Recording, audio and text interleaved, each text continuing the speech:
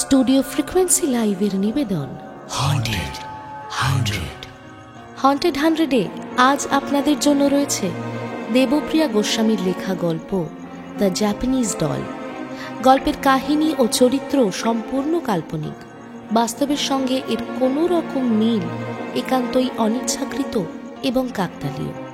আজ গল্প পাঠে রয়েছেন ব্রতদীপ। অন্যান্য চরিত্রে অমিত, প্রীতম, নীল, আকাশ, মৌমিতা, বর্ণালী এবং মিস আরাধ্যা। গল্পের সূত্রধার অনন্যা। প্রচ্ছদ অলঙ্করণে সৌভিক পিক্সেলেট। শব্দগ্রহণ অনন্যা। আবহ এবং সম্পাদনায় ফিনিক্স। পরিকল্পনা এবং পরিচালনায় অনন্যা। শুরু হচ্ছে আজকের গল্প দ্য জাপানিজ ডল।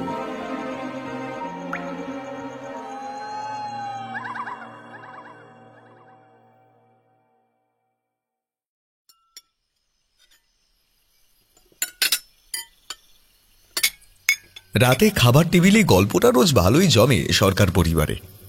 সারাদিন বাড়িতে থাকতে পারে না তন্নি এবং হিমেল। সারাদিনের ব্যস্ত কর্মজীবনে আদরের ছোট্ট মিষ্টি মেয়েটাকে সময় দেওয়া হয় না তাদের। হিমেল পেশায় একজন ডাক্তার, কম বয়সে বেশ নাম করেছে সে। শহরে বিখ্যাত ডার্মাটোলজিস্টদের মধ্যে একজন। রোগীরা লাইন দিয়ে বহু কষ্টে অ্যাপয়েন্টমেন্ট পায়। এবং তার স্ত্রী তন্নি স্কুল শিক্ষিকা। তাদের একমাত্র আদরের মেয়ে মিঠি ক্লাস 4-এ পড়ে। সারাদিন কাজের চাপে মেয়েটাকে সময় দেওয়া হয় না ওদের। মিঠিকে দেখাশোনার জন্য মিনতি মাসি থাকেন বাড়িতে। রোজ রাতে তন্নি ওকে খাইয়ে দেয়। কিন্তু আজ হয়েছে এক ঝামেলা। মিঠি কোনো কারণে বেশ রেগে। খাবার সে কিছুতেই খাবে না। এমন সময় তন্নি তাকে নরম গলায় বলে, কি হয়েছে মাম্মা, একটু তো খেয়ে নাও। কিন্তু না, তাহাতেও কোনো লাভ হলো না। মিঠি মুখ ফিরিয়ে নিল তার দিক থেকে। এসব দেখে মিনতি মাসি বলল, দেখো না দিদিমণি, আজ যে মিঠি মায়ের কি হলো। দুপুরে স্কুল থেকে ফিরেও কিচ্ছুটি খায়নি কো। অনেক চেষ্টা করেছি, পারি নেই। আচ্ছা আচ্ছা, আমি দেখছি। তুমি চিকেনটা এদিকে দাও তো মাসি। এই দেখো, তোমার ফেভারিট চিকেন রান্না করেছি আজ। মিঠি মুখ ঘুরিয়ে নিয়ে বলল, আমি খাবো না। মেয়েকে নিয়ে বেশ বিপদে পড়ল তন্নি। এমন সময় খাবার টেবিলে উপস্থিত হলো হিমেল। কি চলছে এখানে? আমার সোনামাটা এখনো খাবার খায়নি কেন? দেখো না তোমার মেয়ের কি হয়েছে। এই মেয়েকে নিয়ে না আমি আর পারছি না। হিমেল দেখল মিঠি মুখ গোমরা করে বসে আছে। দাঁড়াও, আমি দেখছি। হিমেল গিয়ে মিঠির পাশে বসল। তারপর বলল, মাম্মা, তুমি যদি মন খারাপের কারণটা আমাকে বলো, তাহলে আমি তোমাকে এটা দেব। মিঠি দেখল তার বাবার হাতে মোবাইলে একটা এনিমি ডলের ছবি, যেটা সে কিছুদিন আগেই বাবার কাছে বায়না করেছিল। সেটা দেখে মিঠির মুখটা উজ্জ্বল দেখালো। তারপর বলল, প্রমিস? হ্যাঁ মাম্মা, প্রমিস। অবশেষে মিঠি খেতে রাজি হলো এবং অনেক জেদাজেদির পর মিঠি বলল তার মুখ ভারের কারণ। তার বেস্ট ফ্রেন্ড ঈশা এবার ছুটিতে বেড়াতে যাচ্ছে, তাই তার আবদার তারাও বেড়াতে যাবে। অবশেষে মিঠির জেদের কাছে হার মানতেই হলো হিমেল এবং তন্নিকে। কোথায় ঘুরতে যাওয়া যায় সেটাই ঠিক করছিল তন্নি ও মিঠি। কি গো, কিছু বলো, কোথায় গেলে ভালো হয়? হিমেল ল্যাপটপে কাজ করছিল। তারপর বলল, আমি আর কি বলবো, দেখো তুমি আর মিঠিমা ঠিক করো। মিঠিমা কোথায় যাবে বলো? মিঠি তার পুতুলকে জামা পরাচ্ছিল। মিনতি মাসিকে দিয়ে তৈরি করিয়েছে। তন্নি কিছুটা বিরক্ত হয়েই বলল, উফ মিঠি, সব সময় শুধু পুতুল পুতুল আর পুতুল। এই পুতুল কোনোদিন বড় বিপদ ডেকে আনবে এই মেয়ের জীবনে। তুমি রাখো এটা। এই বলে মিঠির হাত থেকে পুতুলটা কেড়ে নিল তন্নি। মিঠি একটু চমকে গেল। তারপর বলল, সরি মাম্মা। হিমেল এসব দেখে বলল, আহ তন্নি, বাচ্চা মেয়েও, আর তুমি এসব কি বলছো? কোথায় বেড়াতে যেতে চাইও সেটাই তো জিজ্ঞাসা করা হচ্ছে। তন্নি, ওকে বকছো কেন? বেশ মা, বলো তো কোথায় যেতে চাও? মিঠি একটু ভেবে বলল, পাহাড়। তন্নিও বেশ খুশি হলো শুনে। কতদিন পাহাড়ে যাওয়া হয়নি। সেই বিয়ের পর সে আর হিমেল গেছিল, তারপর থেকে রোজকার ব্যস্ত জীবন, কাজ আর কাজ। এই শহরের ঘিঞ্জি আবহাওয়ায় দম বন্ধ হয়ে আসে, তাই সেও আর না করল না। সব শুনে হিমেল বলল, আচ্ছা, সিকিমের জঙ্গু ফরেস্ট গেলে কেমন হয়? হ্যাঁ, তাহলে বেশ ভালোই হয়। গত বছর ছদ্দি আর ওদের ফ্যামিলির সকলে তো বেরিয়ে এলো, আর ওরা খুব প্রশংসাও করছিল জানো। তা বেশ, তো তাহলে ওখানেই যাওয়া যাক, কি বলো মা? মিঠি হাততালি দিয়ে আনন্দে নেচে উঠল, সঙ্গে হিমেল আর তন্নিও হাসিতে মেতে উঠল। হিমেল এবং তন্নিও বেশ খুশি এই ব্যস্ত জীবন থেকে কিছুদিনের ছুটিতে। তন্নি তার স্কুলে ও হিমেল তার হসপিটালে জানিয়ে দেয় ছুটির জন্য। তারপর তাদের প্যাকিং শুরু হয় জোর কদমে। তাদের যাত্রা শুরু হলো। অবশেষে তারা এসে পৌঁছলো সিকিম। এয়ারপোর্ট থেকে ক্যাব বুক করে রেখেছিল আগে থেকে। ফ্লাইট থেকে নেমে তারা ক্যাবে উঠে বসল।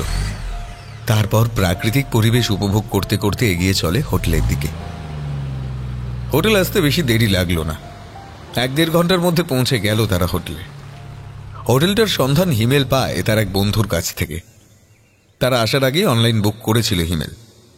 হোটেলটার নাম হোটেল রোজ গার্ডেন কটেজ।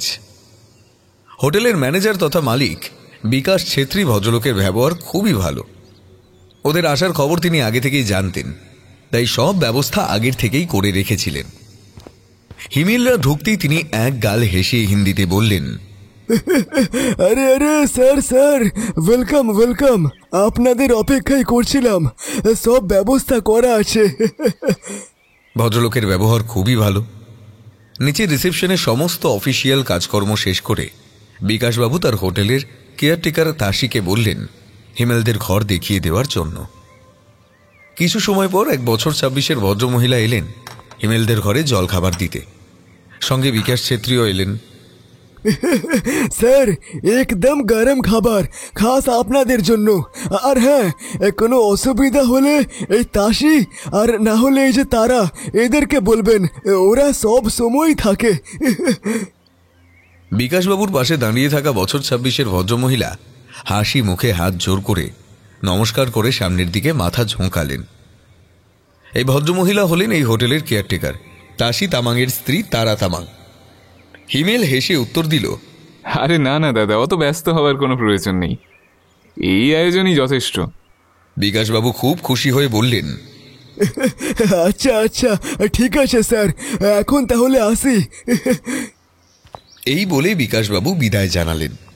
তন্নি হাতে কফির কাপটা নিয়ে তাদের ঘরের ছোট কাঠের ব্যালকনিটায় দাঁড়ায়। আহ, কি দারুণ পরিবেশ! স্বচ্ছ নীল আকাশে ভেসে বেড়াচ্ছে সাদা তুলোর মতো মেঘগুলো। মাথা তুলে দাঁড়িয়ে থাকা ঘন নীল পর্বতমালার মাথাগুলো যেন সেই মেঘেদের মাঝেই ঠিকানাহীন। যেদিকেই দুচোখ যায় ঘন সবুজে ঘেরা প্রকৃতি যেন ওই দূরে গিয়ে মিশে গেছে নীল দিগন্তে। ভেসে আসছে নাম না জানা নানা রকম পাখিদের মিষ্টি গুঞ্জন। চারিদিক ভরে রয়েছে নানা রকম অচেনা রঙিন ফুল। সঙ্গে তাদের মিষ্টি সুবাসে যেন চোখ বন্ধ হয়ে আসে তন্নির।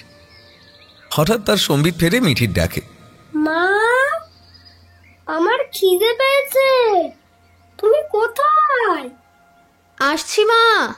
তারপর তন্নি এসে মিঠিকে খাইয়ে দিতে বসে। তখন হিমেল বলল, তন্নি শুনছ, তোমরা রেস্ট করো, আমি নিচে যাচ্ছি। একবার ওই বিকাশবাবুর সাথে জায়গাগুলো ঘুরে দেখবার জন্য একটু কথা বলে আসি। আচ্ছা যাও।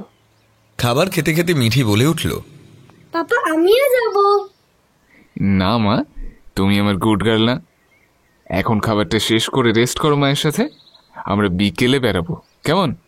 মিঠির মুখ গোমরা হয়ে গেল।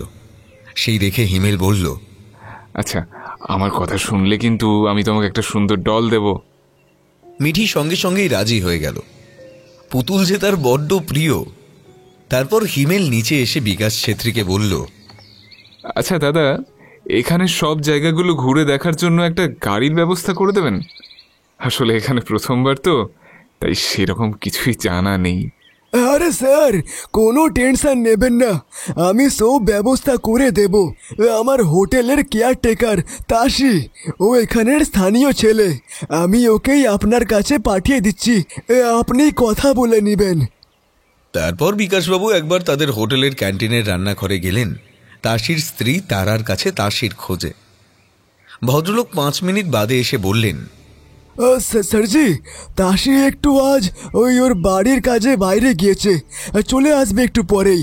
সেটুকু সময় আপনি বরং ওই গার্ডেনের আশপাশের ছাদে গিয়ে বসুন, ওখান থেকে ভিউটা খুব ভালো দেখা যায়। আমি আপনার জন্য কফি পাঠিয়ে দিচ্ছি। তাসির অপেক্ষায় হিমেল বিকাশবাবুর কথা মতো গিয়ে বসল সেই ছাদটায়। হোটেলটা পুরোটাই কাঠের। সামনে রিসেপশনের করিডোরটা পেরিয়ে একটা গার্ডেন, নানা রঙিন ফুলে ভরা। ঠিক তার পাশে কাঠের সিঁড়ি দিয়ে উঠে একটা ছোট মতো ছাদ, বেশ সাজানো গোছানো কিছু চেয়ার টেবিল পাতা। সেখানেই গিয়ে বসল হিমেল। নিচের ক্যান্টিন থেকে এক ভদ্রমহিলা 1 কাপ কফি দিয়ে গেলেন। সত্যি বিকাশবাবু মিথ্যে বলেননি বটে, এখান থেকে প্রকৃতিকে ঠিক স্বর্গের মতো দেখায়। কফিতে চুমুক দিয়ে এসব ভাবতে ভাবতে কখন যেন আনমনা হয়ে গেছিল হিমেল। হঠাৎ তার সম্বিত ফিরে এসে চমকে ওঠে। কে কে ওখানে? জি স্যার, আমি তাসি। হিমেলের অজান্তে কখন যেন তাসি এসে দাঁড়িয়েছে তার পেছনে। ও আচ্ছা, তুমি এসেছো। একবার ডাকবে তো, কতক্ষণ তোমাকে দাঁড় করিয়ে রাখলাম কে জানে। তাসি কিছু না বলে চুপ করে দাঁড়িয়ে রইল। কথা আবার হিমেলি শুরু করলো। হ্যাঁ, তো যেটা বলছিলাম, আমাকে একজন বিশ্বস্ত কাউকে ঠিক করে দিতে হবে, যিনি আমাদের সমস্তটা ঘুরে দেখাবেন, আর সাথে একজন গাইড। তাসি কিছুক্ষণ চুপ থেকে তারপর বলল, জি স্যার, আমার একটা পরিচিত আছে যে আপনাদের সব ঘুরিয়ে দেবে, সেই গাইড ঠিক করে দেবে। আপনারা কখন বেরোবেন? কাছে পিঠের জায়গাগুলো আজ বিকেলেই একটু ঘোরাই যায়। তুমি বরং কাল বিকেলে ওনাকে আসতে বলো। বিকেল 4টে নাগাদ এসে গেল হিমেলদের গাড়ি। গাড়ির সামনে থেকে ড্রাইভার মাথা নাড়িয়ে হিমেলদের স্বাগত জানালো। ড্রাইভার ভদ্রলোক পাহাড়ি, গায়ে ভারী শীতের জামা কাপড়, মুখে একগাল হাসি। ঘুরতে যাওয়ার গাড়ি দেখে আনন্দে হইচই করে উঠল মিঠি। পাপা, আমি উইন্ডোতে বসবো। আচ্ছা মা, কিন্তু সাবধানে। ওকে পাপা। তারপর তাদের গাড়ি রওনা হলো।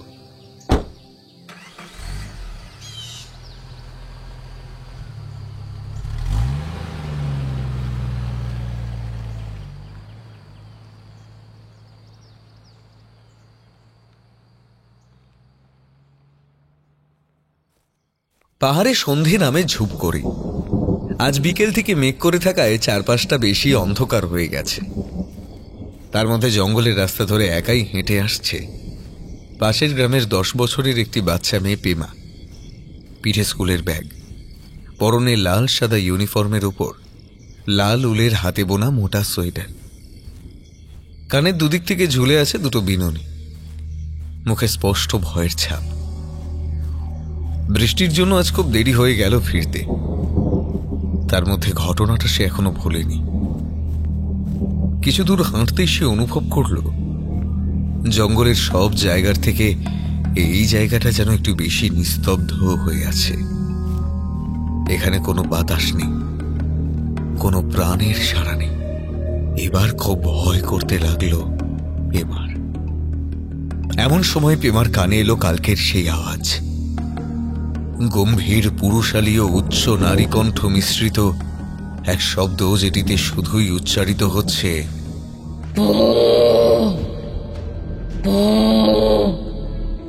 কাল যে এসেছিল আবার সে এসে গেছে।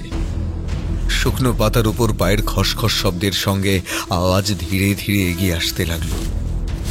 এক সময় এসে সেটা থেমে গেল ঠিক পেছনে। পেমা তার দেহের সমস্ত সাহস একত্রিত করে পেছনে তাকাতেই দেখল ফ্যাকাশে একটা মুখ, মণিবিহীন কালো কোটরের মতো দুটো চোখ, মুখে গাল ভর্তি বৈশাচিক হাসি, কান পর্যন্ত বিস্তৃত।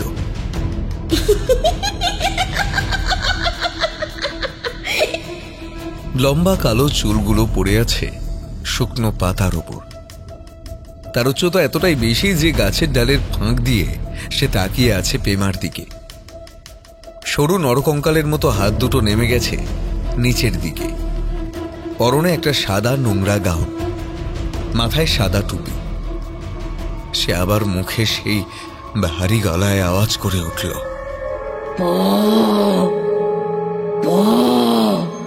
প্রাণ ভয় পেমা চেষ্টা করলো দৌড়বার, কিন্তু না, সে পারল না।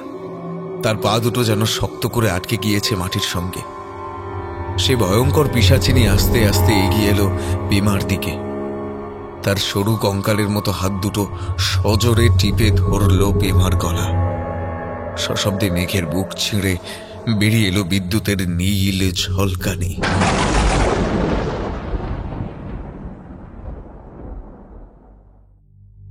সমস্ত জায়গাগুলো ভালো মতো ঘুরে বেরিয়ে এইভাবেই কেটে গেল। 3 দিন এখানে খুব মজা করেই কাটিয়েছে ওরা। সেদিন সন্ধ্যাবেলা ঘোরাঘুরি শেষ করে হিমেলরা হোটেলে ফিরল। নিচে একেবারে বলেই এলো ডিনারের কথা। এই কদিন রেস্টুরেন্টে সিড্ডু, ঠুকপা, বাবরু, চিকেন আনার দানা এসব খাবারের স্বাদ নিতে গিয়ে বাঙালির রসনা বড়ই ক্লান্ত। তাই বিকাশবাবুর সঙ্গে কথা বলে একটু বাঙালি খাবার রান্নার ব্যবস্থা করিয়েছে হিমেল। তার জন্য রাধুনীকে এক্সট্রা টিপও দিতে হয়েছে। আজ বিকেল থেকেই আকাশের মুখ ভার ছিল, তাই সন্ধ্যাবেলা বেশ বৃষ্টি শুরু হলো। জানালার কাছে দাঁড়িয়ে পাহাড়ি বৃষ্টি দেখতে দেখতে গাইছে, যে রাতে মোর দুয়ার গুলি ভাঙলো ঝরে, জানি নাই তো তুমি এলে আমার ঘরে, যে রাতে মোর দুয়ার গুলি ভাঙলো ঝরে,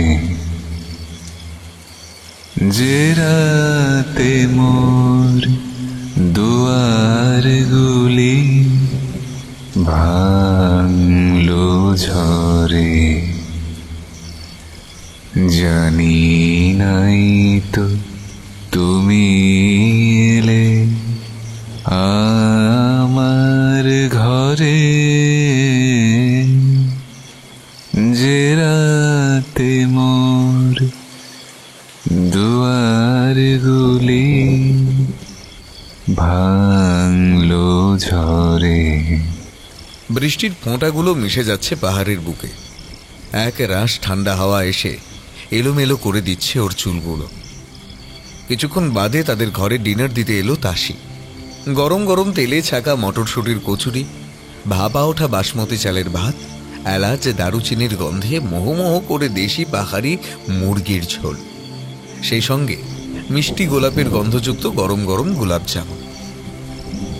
বাইরে বৃষ্টির সঙ্গে এরকম ডিনার খাবারে হামলে পড়বে, ঠিক সেই সময় মিঠি বেশ বায়না ধরেছে। না না না, তুমি খেতে পারবে না পাপা। বেশ বিরক্তিকর গলায় তন্নি বলল, উফ মিঠি, কি হচ্ছেটা কি? পাপা সারাদিন ক্লান্ত, পাপাকে খেতে দাও। এই শুনে মিঠি বলল, আজ আমাকে যেখানে আসো 3 দিন হলো, তুমি কিন্তু আমাকে প্রমিস করেছিলে ডাল কিনে দেবে, কই আজও তো দিলে না। আচ্ছা মা, আমি কালই কিনে দেব। কালই আমরা শপিং মলে বেরোবো তো, প্রমিস। তন্নিও কিছু একটা ভেবে বলল, হ্যাঁ, কেনাকাটা তো এখনো কিছু হয়ে ওঠেনি, আমারও বেশ কিছু কেনাকাটা করার আছে। হিমেল কিছু বলতে যাবে তার আগেই হাতে খাবারের ট্রে নিয়ে ঘর থেকে বেরিয়ে যাওয়ার জন্য দরজার দিকে এগিয়ে যাওয়া তাসি দাঁড়িয়ে পড়ল। তারপর বলে উঠল, বেশি দূর তো যাওয়ার দরকার নেই ম্যাম সাহেব। আমাদের হোটেলের পেছন থেকে 10 মিনিট হাঁটলেই যে রাস্তা পুরনো টিবেটান মনিস্ট্রির পেছন থেকে চলে গেছে, সেই রাস্তা ঠিক পাশেই একটা দোকান আছে, ওর নাম হলো প্রেম লেপচা। ওখানে গিয়ে যে কাউকে বললেই আপনাদের দেখিয়ে দেবে। ওখানে সব রকম গিফটের জিনিস পাওয়া যায় ম্যাডাম, গিয়ে দেখতে পারেন। হিমেল মুখে গরম গরম মটরশুঁটির কচুরি পুরে বলল, তাহলে মিঠিমা, আঙ্কেল তো বলে দিল, তাহলে কালই আমরা চলে যাব। চলো এখন খেয়ে শুয়ে পড়ো। রাতে জমিয়ে খাওয়া দাওয়া সেরে শুয়ে পড়ল হিমেলরা। সকালে খুব হইচই শুনে ঘুমটা ভাঙল ওদের। নিচে গিয়ে বিকাশবাবুর কাছে জানতে পারল 10 বছরের স্থানীয় বাচ্চা মেয়ে কাল বিকেল থেকে নিখোঁজ। কাল পুরনো মনাস্ট্রির পাশের জঙ্গলের রাস্তা ধরে স্কুল থেকে বাড়ি ফিরছিল মেয়েটা। রোজই ফিরত, কিন্তু কাল বৃষ্টি নামায় বেশ সন্ধে হয়ে গিয়েছিল। কিন্তু সারা রাত কেটে গেলেও মেয়েটি বাড়ি ফিরেনি। স্থানীয় লোক, পুলিশ সকলেই খুঁজছে, কিন্তু এখনো কোনো খোঁজ পাওয়া যায়নি মেয়েটার। সেই নিয়েই সকাল থেকে বেশ চিন্তিত সকলে। হিমেল ও তিন্নির মনটা বেশ ভার হয়ে গেল। আহা, বাচ্চা মেয়েটার কি যে হলো, তার বাবা মায়ের এখন যে কি অবস্থা সেটা তারা ভাবছিল। আসলে তাদের বাড়িতেও তো যে এমন একটা মেয়ে আছে, তাই তারা বোঝে এই কষ্টটা। একদিন মেয়ের সামান্য জ্বর হলে রাতের পর রাত নাওয়া খাওয়া ভুলে বসে থাকে ওরা দুজনে। এসব ভাবছিল তন্নি। তখনই তার চোখ যায় বিছানায় ঘুমিয়ে থাকা নিষ্পাপ পাহাড়ের রঙিন ফুলের মতো মিঠির দিকে। তারপর তন্নি এগিয়ে গেল, গিয়ে ওর পাশে বসে একটা আলতো করে মিঠির মাথায় চুমু দিয়ে মাথায় হাত বুলিয়ে দিতে দিতে বলল, গুড মর্নিং মাম্মা, ওঠো, দেখো কি সুন্দর রোদ উঠেছে, আজ আমাদের ডল কিনতে যেতে হবে না? মিঠি ঘুম ঘুম চোখে হেসে বলল, গুড মর্নিং মাম্মা। এই বলেই সে তার মাকে জড়িয়ে নেয়। মেয়েকে বুকে জড়িয়ে কি ভেবে তিন্নির চোখ দিয়ে গড়িয়ে আসে জলরাশি। সেভাবে কোনোদিন যদি এমনভাবে হঠাৎ তার মেয়েটাও তলিয়ে যায় কোনো গভীর বনানীর বুকের অতলে। হঠাৎ মিঠির কথায় সম্বিত ফিরে আসে। কি হলো মাম্মা, তুমি কাঁদছো কেন? তোমার মন খারাপ? না মাম্মা, তুমি এসো, ব্রেকফাস্ট করতে হবে না? সেদিন সকালে ওরা আর বের হয় না। বিকেলের দিকে ওরা তিনজন বের হয় তাসির বলা সেই পুরনো মনাস্ট্রির যাওয়ার রাস্তার মোড়ের সেই গিফটের দোকানে। হোটেল থেকে 10-15 মিনিটের রাস্তা। ওরা সেখানে পৌঁছতে ওদের চোখে পড়ে পুরনো মনাস্ট্রির যাওয়ার রাস্তার পাশের সেই জঙ্গলটা, যেখান থেকে নিখোঁজ হয়ে গেছে কালোই মেয়েটি। এখনও সেখানে দুটো পুলিশের জিপ, কিছু পুলিশ ও স্থানীয় লোকজন দাঁড়িয়ে নিজেদের মধ্যে কথা বলছে। সে সবই দেখছিল তন্নি। এমন সময় হিমেল বলে ওঠে, তন্নি চলো, এখানে মিঠিকে নিয়ে দাঁড়িয়ে থাকাটা ঠিক হবে না। তন্নি মিঠির দিকে তাকিয়ে দেখে এত লোকজন পুলিশ দেখে একটু ভয় পেয়েছে মেয়েটা। আচ্ছা মাম্মা, চলো আমরা দোকানে যাই। ওরা তিনজন দোকানের ভেতরে যায়। দোকানটা কাঠের, সামনে কাঁচের দরজা। দরজার ওপরে লাগানো ডারচং টিবেটান বুদ্ধিস্ট প্রেয়ার ফ্ল্যাগ। কাঁচের দরজাটিতে একটি ডোর ব্রাসবেল ঝোলানো। দোকানের পাশে রাখা কাঠের বোর্ডটায় লেখা ওয়েলকাম। বোর্ড পড়ে বোঝা গেল দোকানের নাম স্টেপেন। দরজা ঠেলে ভেতরে ঢুকতেই দোকানের কাউন্টারে বসে থাকা দোকানের মালিক প্রেম লেপচাকে দেখা গেল। হিমেলদের দেখে হাসি মুখে পাহাড়ি ভদ্রলোক বললেন, ওয়েলকাম স্যার। এই শুনে তন্নি ও হিমেল হাসি মুখে ঘাড় নেড়ে সম্মতি জানালো। ভিতরে ঢুকে ওরা দেখল বাইরে থেকে দোকানটাকে যতটা সুন্দর মনে হচ্ছিল, ভেতর থেকে আরো অনেকটা বেশি সুন্দর। তার সঙ্গে উইন্ড চাইমসের মিষ্টি টুংটাং শব্দে আরো সুন্দর লাগছে সবটা। নানা রকম চাইনিজ, থাই, টিবেটান, জাপানিজ এবং বৌদ্ধদের নানা রকম কিছু উপকরণ আছে, যেমন নানা রকম বুদ্ধ মূর্তি, সিঙ্গিং বোল, থানকা পেইন্টিং ইত্যাদি। একটা জিনিস দেখতে গেলে যেন তারপরেই রাখা জিনিসটা আরো বেশি মনে ধরে যায়। প্রত্যেকটা জিনিসই এতটাই সুন্দর। সেখানে গিয়ে তন্নির একটা চাইনিজ টিপট খুব মনে ধরে, তাই সে এগিয়ে যায় ওই পেয়ালাটার দিকে। টিপটটা বেশ চমৎকার দেখতে। ডিপ রেড কালারের ওপর রয়্যাল গোল্ডেন কালারের পৌরাণিক চীনা ধাঁচের একটা 2 মাথা বিশিষ্ট ড্রাগনের ছবি আঁকা। পেয়ালাটা বেশ মনে ধরল তিন্নির। সে খুব উৎসাহের সঙ্গে বলে উঠল, বাহ হিমেল, এদিকে এসো, দেখো কি সুন্দর এই টিপটটা। হিমেল তন্নির কথায় এগিয়ে গেল সেই দিকে। কই দেখি, বাহ সত্যি দারুণ তো। তন্নি আকুতির সুরে বলল, বলছি শোনো না, এটা নিই না প্লিজ। আচ্ছা বেশ। তারপর প্রেম লেচ্চাকে উদ্দেশ্য করে হিন্দিতেই বলল, भैया ये टी पॉट का प्राइस कितना है? প্রেম লেপচা হেসে হিন্দিতে জানালেন, আরে দাদা বাঙালিতে বলিয়ে, ঠিক করে বলতে না পারলেও বুঝতে ঠিকই পারি আমি। আসল মে বহুত দিনों से বিজনেস করছি তো, অনেক বাঙালি টুরিস্টরাও আসে এখানে। এই জন্যই এইটুকু শিখে গেছি। আপ লোগো কি বাত শুনেই বুঝেছি আপনারাও বাঙালি। এই কথা শুনে হিমেল হো হো করে হাসতে হাসতে উত্তর দিল, বাহ, তাহলে তো বেশ ভালোই হলো। আচ্ছা দাদা, আমাদের এই টি পটটি প্যাক করে দিন। ঠিক আছে ভাইয়া। তারপর প্রেমলেপচার দোকানের এক কোণে দাঁড়িয়ে থাকা রোগা ছেলেটাকে উদ্দেশ্য করে প্রেমলেপচা বললেন ওই টিপটটা প্যাক করে দেওয়ার জন্য। নরবু একটা মূর্তিকে কাপড় দিয়ে পরিষ্কার করছিল। প্রেমবাবুর হুকুম শুনে বলল, জি সাহেব। ইতিমধ্যেই হিমেল দেখল মিঠির মুখের অবস্থা মোটেই ভালো না, রাগে মুখ লাল করে দাঁড়িয়ে আছে। দোকানের একটা কোণে হিমেল ও তন্নি সেটা দেখেই বুঝল গতিক ভালো ঠেকছে না, তাই হিমেল তাড়াতাড়ি বলে উঠল, আচ্ছা দাদা, এখানে ভালো কোনো এনিমি ডল পাওয়া যাবে? প্রেমবাবু একটু ভেবে বললেন, হ্যাঁ হ্যাঁ আছে না ভাইয়া, ওই ওই সাইডে কিছু পুতলা রাখা আছে, যাইয়ে যাকার দেখ লিজিয়ে। এবার মিঠির মুখের হাসির রেখা দেখা দিল। তন্নি হেসে উঠল। এসো মাম্মা, আমরা ডল দেখবো এবার। বেশ কিছুক্ষণ ধরে তারা পুতুল দেখতে লাগলো, কিন্তু পছন্দ হচ্ছে না মিঠির। তারপর মিঠি বলল, পাপা আমার ডলটা তো পাচ্ছি না। আচ্ছা মা, দাঁড়াও, আমি দেখছি। প্রেমবাবু এসে বললেন, কি হলো সাহেব, পুতলা কি পছন্দ হয়নি? তন্নি তখন বলল, আসলে না দাদা, এগুলোর মধ্যে ও ঠিক। তন্নি আর কিছু বলার আগেই প্রেমবাবু বললেন, একটু দাঁড়ান ম্যাডাম, 3 দিন পহলে একটা পুতলা এনেছিলাম, সেটা এখনো দোকানে সাজানো হয়নি। आप थोड़ी देर रुकिए, मैं अभी वो पुतला लेकर आता हूँ, बच्ची को दिखा देता हूँ। ওরা আর কিচ্ছু না বলে দাঁড়িয়ে রইল। 10 মিনিট বাদে প্রেমবাবু একটা মাঝারি সাইজের প্যাকেট হাতে নিয়ে এলেন। তারপর বললেন, ম্যাডাম এই পুতলাটা একবার দেখেন দেখি। এই বলে তিনি প্যাকেটটা খুলে দিলেন। তারপর সেই প্যাকেটের মধ্যে থেকে বেরিয়ে এলো একটা সুন্দর সাদা জামা পরা পুতুল। পুতুলটা দেখতে ঠিক জাপানি অ্যানিমি ডলের মতো। পরনে লম্বা সাদা গাউন, মাথায় সাদা রঙের একটা টুপি, দেখতে অনেকটা পানামা হ্যাটের মতো। পুতুলটা সাধারণ পুতুলের থেকে বেশ কিছুটা লম্বা।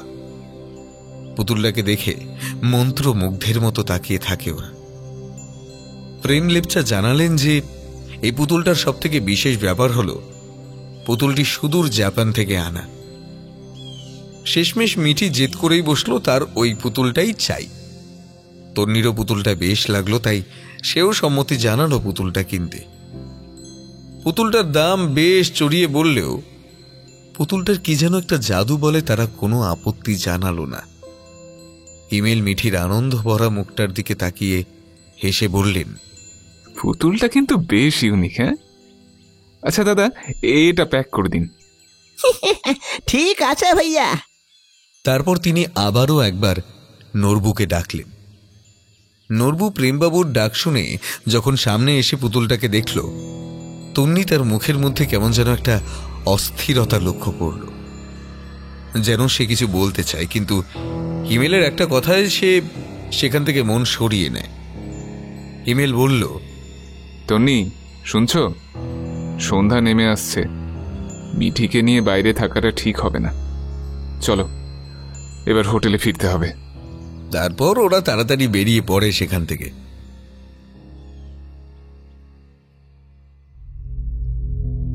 কিছুদিন ধরেই খুব চিন্তিত দেখাচ্ছে মঠের প্রধান লামা দর্জেকে।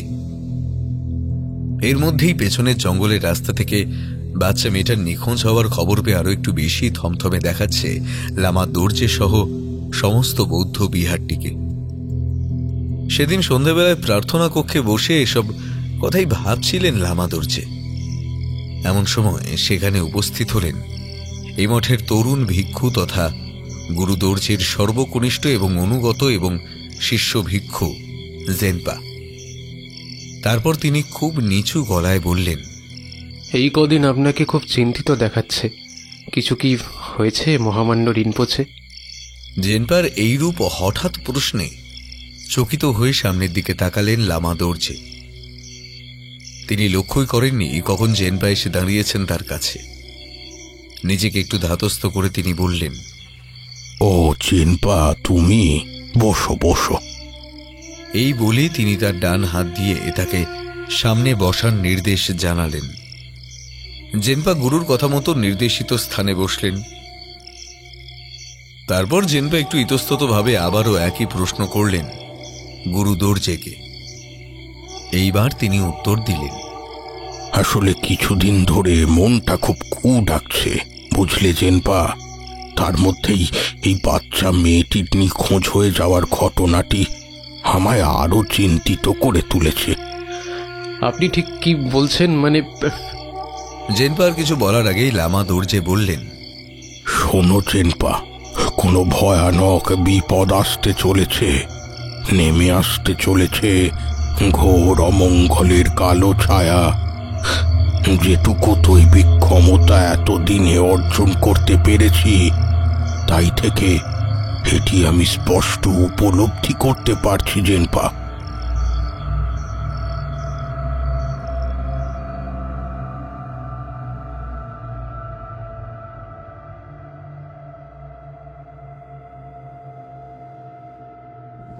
হোটেলে ফিরতে ফিরতে হিমেলদের রাত হয়ে গেল। হোটেলে কোনো মতে ঢুকেছে ওরা, তারপরেই শুরু হলো প্রবল বৃষ্টি, তার সঙ্গে দুপুর থেকে লোডশেডিং। হিমেল নিচে গিয়ে জিজ্ঞেস করতে বিকাশবাবু জানান যে দুপুর থেকে কারেন্ট না থাকায় হোটেলের ইনভার্টারের চার্জও শেষ হয়ে গেছে, তাই যতক্ষণ না কারেন্ট আসছে তাদের এভাবেই থাকতে হবে। বিকাশবাবু হিমেলকে জানায়, দাদা, আপনি ওপরে আপনাদের কামরায় গিয়ে বসেন, আমি তাশিকে দিয়ে আপনাদের কামরায় মোমবাতি পাঠিয়ে দিচ্ছি। হিমেল আর কিছু উপায় না পেয়ে ওপরে নিজের ঘরে চলে আসে। ঘরে ঢুকে দেখে মিঠি কান্নাকাটি শুরু করেছে। সেই দেখে হিমেল তন্নিকে জিজ্ঞেস করলো, কি হলো তন্নি? মিঠির আবার কি হলো? আর বলো না, দেখো না, পুতুলটা কেনার পর এই ব্যাগেই রেখেছিলাম, কিন্তু এখন সব জায়গায় খুঁজেও পাচ্ছি না। আচ্ছা ঠিক আছে, আমি দেখছি। এই বলে সে হাতে ব্যাগটা তুলতে যাবে, এমন সময় দরজায় টোকা পড়ল। হিমেল অন্ধকারে ধীর পায়ে এগিয়ে গেল, তারপর জিজ্ঞাসা করল, কে? দরজার উপর থেকে কিছুক্ষণের নিস্তব্ধতা ভেঙে একজন বলে উঠল, এইসব আমি তাশি। ও, তাশি এসেছে মোমবাতি দেওয়ার জন্য। হিমেল দরজাটা খুলে দিতেই এক রাশ ঠান্ডা বাতাস এসে কাঁপিয়ে দিল মোমবাতির শিখা সহ হিমেলের শরীরটা।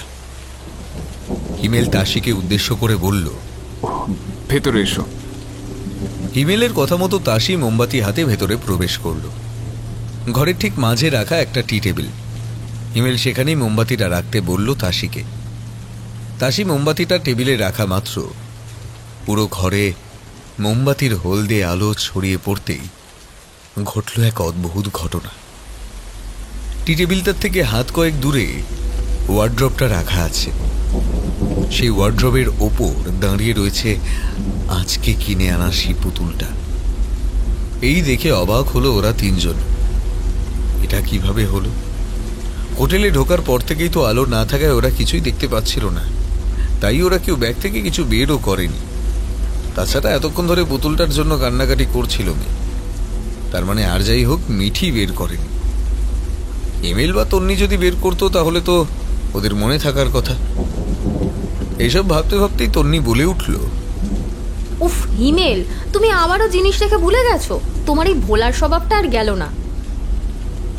কথাগুলো বলে তন্নি লক্ষ্য করলো হিমেলকে উদ্দেশ্য করে এতগুলো কথা বলল, কিন্তু হিমেলের কানে যেন একটা কথাও পৌঁছয়নি। সে মন্ত্রমুগ্ধের মতো তাকিয়ে আছে পুতুলটার দিকে। মোমবাতির সোনালি আলোয় দেখা যাচ্ছে পুতুলটার চাঁদের মতো মুখটা। তার পরনে খুব উন্নত মানের কাপড়ের একটা সাদা গাউন, মাথা ভর্তি লম্বা লম্বা কালো চুল। মাথায় পড়ে থাকা সাদা টুপির নিচ থেকে উঁকি দিচ্ছে দুটি নীলমণি বিশিষ্ট চোখ। চোখ দুটো এতটাই গভীর মনে হয় যেন তার মধ্যে লুকিয়ে আছে কোনো এক অজানা দুনিয়া। গোলাপ ফুলের মতো ঠোঁটটার কোণে লেগে আছে এক রহস্যময় হাসি। সেই হাসি দেখে মনে হয় সে যেন বুঝতে পেরেছে যে তার এই অজানা ভাবে বাইরে বেরিয়ে আসার ঘটনা দেখে অবাক হয়েছে সবাই। তার মধ্যেই ঘরভর্তি অন্ধকারের মধ্যে চলতে থাকা মোমবাতির শিখাটিকে দুলিয়ে দিয়ে যাচ্ছে বাইরে থেকে আসা ঠান্ডা বাতাস, মোমের সেই নিভু নিভু আলোয় যেন আরো জীবন্ত হয়ে উঠেছে পুতুলটা। হিমেল একভাবে সেই পুতুলটার দিকে তাকিয়েছিল। কখন যেন সেই পুতুলটা হিমেল সহ মিঠি ও তন্নিরও দৃষ্টি আকর্ষণ করেছে। হঠাৎ তাদের চমকে দিল। নিচু দৃঢ় গলায় একটা প্রশ্ন করল তাসি। এ পুতলাটা খুব দামি নেই সব? দাসির এই প্রশ্ন শুনে একটু চমকে গেল হিমেল। তারপর বলল, হ্যাঁ, তা একটু দামি হলেও গায়ে লাগেনি, বুঝলে? পুতুলটার মধ্যে একটা জাদু আছে। আর সব থেকে বিশেষ কথা হলো, পুতুলটি চেষে পুতুল নয়, জাপানি ডল, সুদূর জাপান থেকে আনা। দাসী পুতুলটিকে পা থেকে মাথা পর্যন্ত একবার ভালোভাবে চোখ বুলিয়ে নিয়ে আর কিছু না বলে ঘর থেকে বেরিয়ে গেল। সারাদিন ঘোরাঘুরি শেষে ওদের ঘুমে চোখ বুজে আসছিল, তাই তাড়াতাড়ি রাতের খাবার শেষ করে শুয়ে পড়ে। রাত তখন 12:30। হঠাৎ করে মিঠির ঘুম ভেঙে যায়। সে পাশে তাকিয়ে দেখে তন্নি আর হিমেল অঘোরে ঘুমিয়ে আছে। বাইরে বৃষ্টিটাও বেড়েছে। কিছুক্ষণ পরে মিঠির চোখ গেল সেই পুতুলটার দিকে। ও লক্ষ্য করলো পুতুলটাকে সে যেমন দেখেছিল সেরকম লাগছে না, স্বাভাবিকের থেকে অনেক বেশি লম্বা দেখাচ্ছে পুতুলটাকে। ও আরো ভালো করে দেখার জন্য উঠে গিয়ে দাঁড়ালো পুতুলটার কাছে, এবং পুতুলটার কাছে গিয়ে দাঁড়াতেই ওর কাছে কানে আসে একটা অদ্ভুত ভারী পুরুষ এবং মহিলার কণ্ঠ স্বর মিশ্রিত একটা ভয়ঙ্কর আওয়াজ।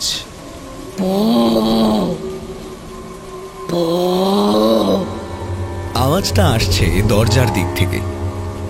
মিঠি দরজার দিকে তাকাতেই ফুরিয়ে আসা মোমবাতির ক্ষীণ হলদে আলো এসে যা দেখল তাতে তার হৃদস্পন্দন থেমে গেল। তার শরীরের সমস্ত ভয় লোপ পেয়ে গেল কয়েক মুহূর্তের জন্য। সে দেখল দরজাটা সম্পূর্ণ খোলা। সেখানে দাঁড়িয়ে আছে সাদা টুপি পরা একজন কেউ। মিঠি তার মুখটা নিচু করে যেই না সেই দাঁড়িয়ে থাকা লোকটার মুখ দেখতে গেল, ঠিক তখনই মুখ তুলল সে। ওটা কে? না না না না, কে না, ওটা কি?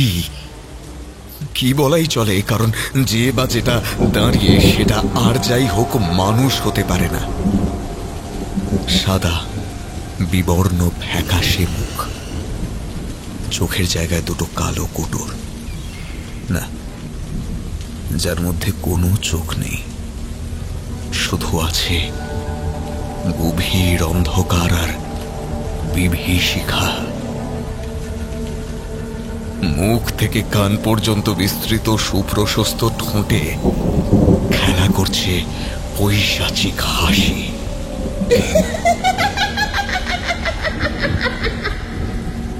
তার পরনে সাদা টুপির নিচ হয়ে নেমে এসেছে লম্বা কালো চুল, যেটা এতটাই লম্বা যে সেটা ঘরের মেঝেতে ছড়িয়ে আছে।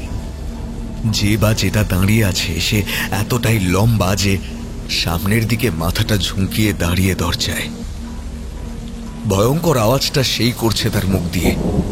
তার চোখ না থাকার সত্ত্বেও মিঠি অনুভব করতে পারল যে সেই আগন্তুক তার দিকেই তাকিয়ে হাসছে, আর সঙ্গে সেই মুখে সেই আওয়াজ।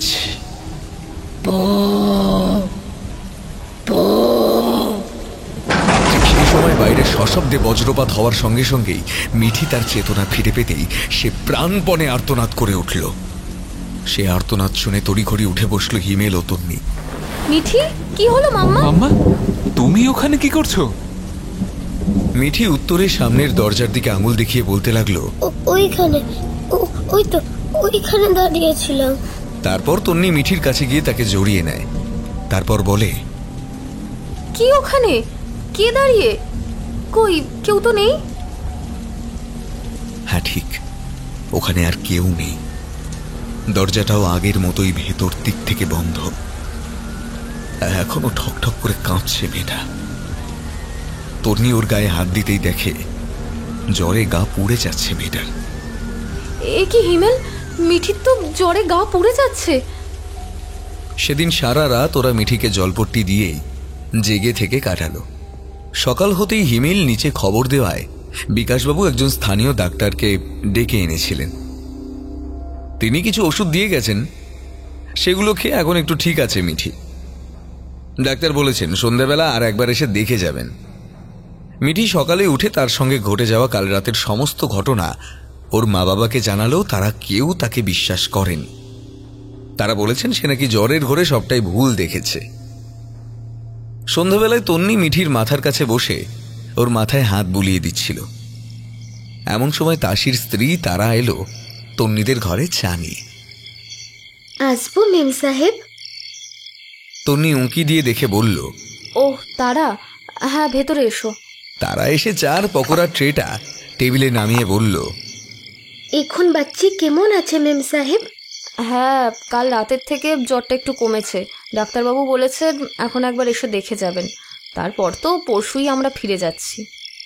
তন্নির সঙ্গে কথা বলতে বলতে তারার চোখ পড়ল সেই পুতুলটার দিকে, আর সঙ্গে সঙ্গেই তারার মুখটা ঢেকে দিল কোনো এক অজানা ভয়ের কালো মেঘ। তন্নি তারার আচরণ দেখে অবাক হয়ে বলল, কি হলো তারা, তুমি এরকম করছো কেন? কি হয়েছে পুতুলটায়? তারা আর কিছু বলার আগে হিমেল ও বিকাশ ছেত্রী ঘরে আসে ডাক্তারবাবুকে নিয়ে। দরজায় দাঁড়িয়ে থাকা তাসি চোখের ইশারায় ঘর থেকে বেরিয়ে যেতে বলে। তা দেখে তারাও খুব দ্রুত ঘর থেকে বেরিয়ে যায়। ডাক্তারবাবু যাওয়ার পর হিমেল ও তন্নি গোছগাছ শুরু করলো পরশু বাড়ি ফেরার জন্য। এদিকে মিঠি যে এত জেদ করেছিল এখানে আসার জন্য, সেও চাইছে যত তাড়াতাড়ি সম্ভব এখান থেকে বাড়ি ফিরে যেতে। কাল রাতের ঘটনায় যথেষ্ট ভয় পেয়েছে মেয়েটা, তাই বাড়ি ফেরার জন্য প্যাকিং দেখেও সে একটা কথাও বলেনি। মিঠির অসুস্থতার কারণে ওদের সবার মন খুব একটা ভালো নেই, তাই আজ আর কোথাও ওরা বেরায়নি। ডিনের তাড়াতাড়ি সেরে নিয়ে ঘরের দরজা আটকে দেয় ওরা। কালকে দিনটা কোনো মতে কাটাতে পারলেই ব্যাস। এসব ভাবতে ভাবতেই তাদের ক্লান্ত শরীর ঢলে পড়ে ঘুমের কোলে। কাল রাত থেকে শান্তিতে দু চোখের পাতা এক করতে পারেনি ওরা। জুন মাসের শেষ সপ্তাহ, তাই বাইরে এক টানা একটা ঝিরঝিরে বৃষ্টি হয়েই যাচ্ছে। এমনি পাহাড় এলাকার রাত, তার মধ্যে ঘন মেঘে চন্দ্রদেবের দর্শনও মিলছে না, তাতে আরো অন্ধকার হয়ে আছে আশপাশ। রাত তখন একটা। হঠাৎই তারার কানে এলো একটা চাপা গোঙানির শব্দ। তারা আর তাসির মাঝে শুয়ে থাকা তাদের মেয়ে সোনাম এরকম অস্বাভাবিক আচরণ করছে। কথা বলতে পারে না মেয়েটা, এমনিতেই মেয়েটা অসুস্থ, তার মধ্যে তার এরকম আচরণে তারা খুব চিন্তায় পড়ে গেল। তাসি ঘুমোচ্ছে, ঘটনার কিছু এখনো বুঝতে পারেনি সে। তারা ঘুম থেকে তাড়াতাড়ি উঠে মেয়ের মাথায় হাত বুলিয়ে বলল, কি হলো রে বিটিয়া, তুই এরকম করছিস কেন? সোনাম এক টানা করছে গোঙানির শব্দটা। ঘরের মোমবাতিটা ফুরিয়ে যাওয়ায় ঘরের কিছু ভালো করে লক্ষ্য করা যাচ্ছে না, তাই তারা উঠে গিয়ে জানালা থেকে একটা মোম জ্বালিয়ে নিয়ে সোনামের কাছে আবার ফিরে আসতে যাবে, ঠিক এমন সময় সে যা দেখল তাতে তার সিঁড় দ্বারা দিয়ে একটা ঠান্ডা স্রোত বয়ে গেল। চোখ দুটি বড় বড় হয়ে ঠিকরে বেরিয়ে আসতে চাইল। সে দেখল তাদের ঘরের দরজার ঠিক মুখোমুখি, যেখানে ভগবান বুদ্ধের একটি মূর্তি রাখা আছে, ঠিক তার নিচেই রাখা লবণ ভর্তি একটি পাত্র। তারা দেখল সেই পাত্রের লবণের রং আর সাদা নেই, সেই লবণের রং হয়ে গেছে কালো।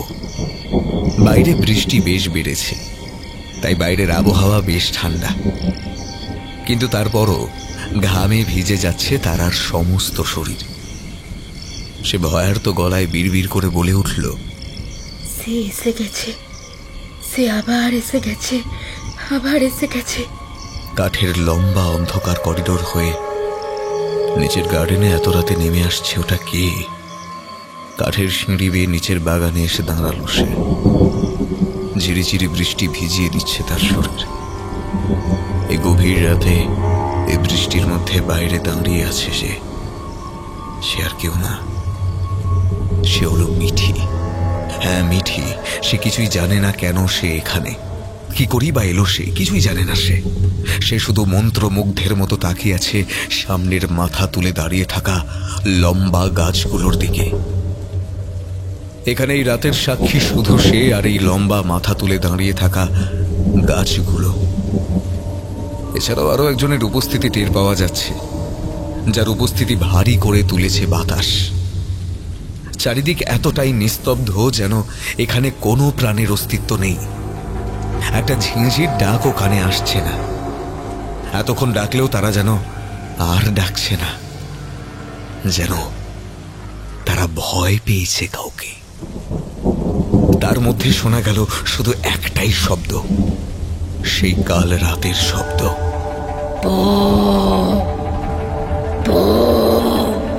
আস্তে আস্তে ভিজে ঘাসের মধ্যে পায়ের শব্দ করে এগিয়ে আসছে সে। মাথা তুলে দাঁড়িয়ে থাকা গাছগুলোর মধ্য থেকে পাতার খড়খড় শব্দ করে সে এসে দাঁড়ালো ঠিক মিঠির সামনে। সে আবার এসেছে। কালকে রাতে যে এসেছিল সে আবার এসেছে। সেই ফ্যাকাশে মুখ, সেই মণিবিহীন কালো কোঠরের মতো দুটো চোখ।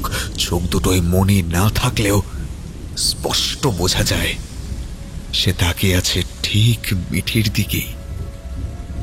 মুখে গাল ভর্তি সেই পৈশাচিক হাসি।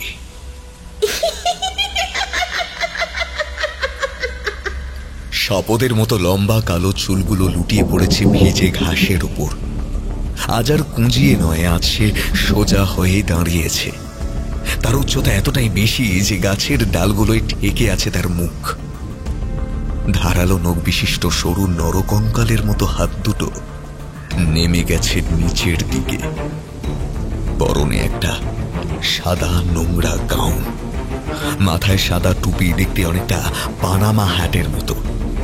মুখে সেই ভারী গলায় পো পো শব্দ করে সে এক পা করে এগিয়ে আসতে লাগলো মিঠির দিকে।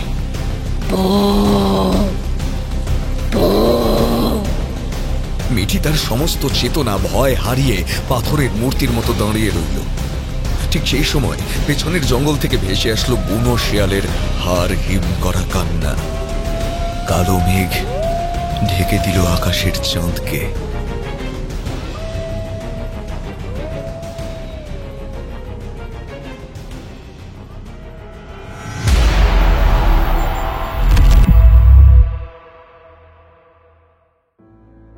সেই ভোর থেকে তন্ন তন্ন করে খোঁজে চলেছে মেয়েটাকে, কোথাও পায়নি এখনো। এর মধ্যে তন্নি তিনবার নিজের জ্ঞান হারিয়েছে, কান্নায় ভেঙে পড়েছে।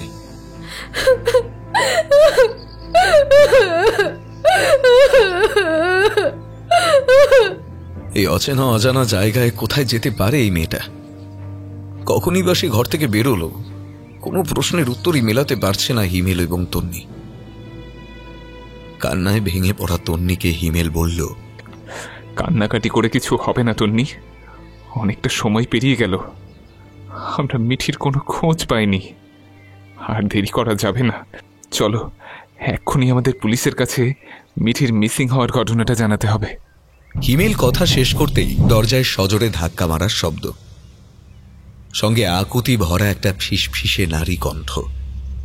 কণ্ঠটি খুব চেনা। হ্যাঁ, এটা তারার গলা। মেম সাহেব দরজাটা খুলুন। মেম সাহেব, বিটিয়াকে বাঁচাতে চান তো দরজাটা দয়া করে খুলুন। মেম সাহেব, দরজাটা খুলুন। হিমেল খুব অবাক হয়ে তাকায় তন্নির দিকে। তারপর তন্নির সম্মতিতে দরজাটা গিয়ে খুলে দেয়। দরজাটা খুলে দেওয়া মাত্রই ঘরের মধ্যে ঢুকে আসে তারা। সঙ্গে তার পেছনে মাথা নিচু করে দাঁড়িয়ে তাসি। ঘরে ঢুকে তারা আবার নিচু গলায় বলে, মেম সাহেব, বিটিয়াকে যদি বাঁচাতে চান আমার কথাটা শুনুন। তন্নি নিজেকে কোনো মতে শক্ত করে বলল, তুমি কি বলতে চাইছো তারা? দয়া করে আমাদের বলো। তারা তন্নির কথা শুনে চোখ দুটো বড় বড় করে সামনে রাখা পুতুলটার দিকে আঙুল দেখিয়ে বলল, আপনাদের বিটিয়ার নিখোঁজ হওয়ার পিছনে এই পুতলা দায়ী। হিমেল ও তন্নি চোখ ছোট ছোট করে জিজ্ঞাসা করল, কি বলছো তুমি এসব? একটা সাধারণ পুতুল কিনা? এতক্ষণ চুপ করে সব শুনছিল হিমেল। তন্নি তার কথা শেষ করার আগেই হিমেল রাগান্বিত গলায় তারাকে বলে উঠল, এই সময়টা আপনাদের ইয়ার্কির মনে হচ্ছে? এই মুহূর্তে আমার টেনশনের মাথা ঠিক নেই, আর আপনি যত সব আজ কবি কুসংস্কারের গল্প শোনাতে এসেছেন, তাও আর একটা পুতুলকে নিয়ে। আমরা পুলিশকে সব কথা জানাতে চললাম, আপনাদের সাহায্যের আর কোনো দরকার নেই। যা করবার এবার পুলিশ করবে। এই শুনে তারা নিজের চোয়াল শক্ত করে বলে উঠল, এর আগে যে বাচ্চা মেয়েটা নিখোঁজ হলো তার কোনো খোঁজ কি পুলিশ দিতে পেরেছে সাহাব? এতদিনে হয়তো ওই মেয়েটা আর বেঁচেও নেই। এই ঘটনায় পুলিশ কিছু করতে পারবে না সাহাব। তাই যদি নিজের মেয়েকে বাঁচাতে চান এখনো সময় আছে। এসব শুনে হিমেল আরো একটু রেগে আগুন হয়ে গেল। সে একজন ডাক্তার, সে কিছুতেই সব অযৌক্তিক কথাবার্তাকে প্রশ্রয় দিতে পারে না। তাই সে প্রতিবাদ জানাতে যাবে, ঠিক এমন সময় তন্নি তাকে থামিয়ে তারার হাত দুটো ধরে পাগলের মতো কেঁদে বলে উঠল, তারা তারা তুমি আমাকে বলো, আমাকে কি করতে হবে? আমি আমি সব করতে রাজি। তুমি শুধু আমার মেয়েটাকে বাঁচাও। মায়ের মন সংস্কার কুসংস্কার সব সামাজিক চিন্তা ভুলে গেছে। সে শুধু চায় তার মেয়েকে ফিরে পেতে, তাতে যে করেই হোক। হিমেলের আর কিচ্ছু বলার থাকলো না। তন্নি আবার বলে উঠল, কিন্তু তারা এইসবের সাথে এই পুতুলের সম্পর্ক কোথায়? আছে মেম সাহেব, সেই কথা আপনাদের তাসি বলবে। তারপর তাসি বলা শুরু করে, আমাদের গ্রামের বাড়ি ছিল চালা গ্রামে। সেখানে আমাদের পরিবার থাকতো। তো আমার বাবা এখানেই জঙ্গুতে গাড়ি চালাতেন এবং আমার কাকা এখানে ট্যুর গাইডের কাজ করতেন। সিকিমে বেড়াতে আসা হিনাটা সাকুরা নামের একটা জাপানি মহিলা পর্যটকের সাথে আমার কাকার তাজু তামাং একটি সম্পর্কে জড়িয়ে পড়েন। তারপরে তারা ভালোবাসা করে বিয়ে করেন। বিয়ের পর ওই মহিলা আমাদের বাড়িতে থাকতেন, কিন্তু কারোর সাথে বড় একটা মিশছেন না। গ্রামের মানুষও খুব একটা পছন্দ করতেন না তাকে। বিয়ের কিছুদিন পর থেকেই কাকা এবং কাকিমার মধ্যে অশান্তি লেগেই থাকতো, ও কোনো না কোনো কারণ নিয়ে।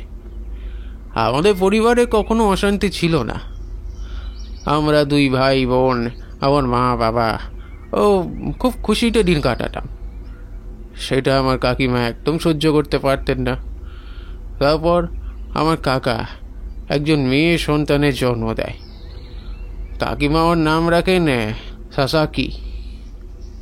কিন্তু সাসাকি বড় হওয়ার সাথে সাথে জানতে পারা যায় যে সাসাকি মানসিক ভারসাম্যহীন। এটা নিয়ে আরও অশান্তি শুরু হলো তাদের সংসারে। গ্রামের লোকের বক্তব্য ছিল আমার কাকিমা কিছু জাদু টাদু বিদ্যা চালেন। আস্তে আস্তে সেটা আমরাও মানতে শুরু করলাম। আমাদের সুখের সংসারে যেন আগুন লাগিয়ে দিলেন ওই মহিলা।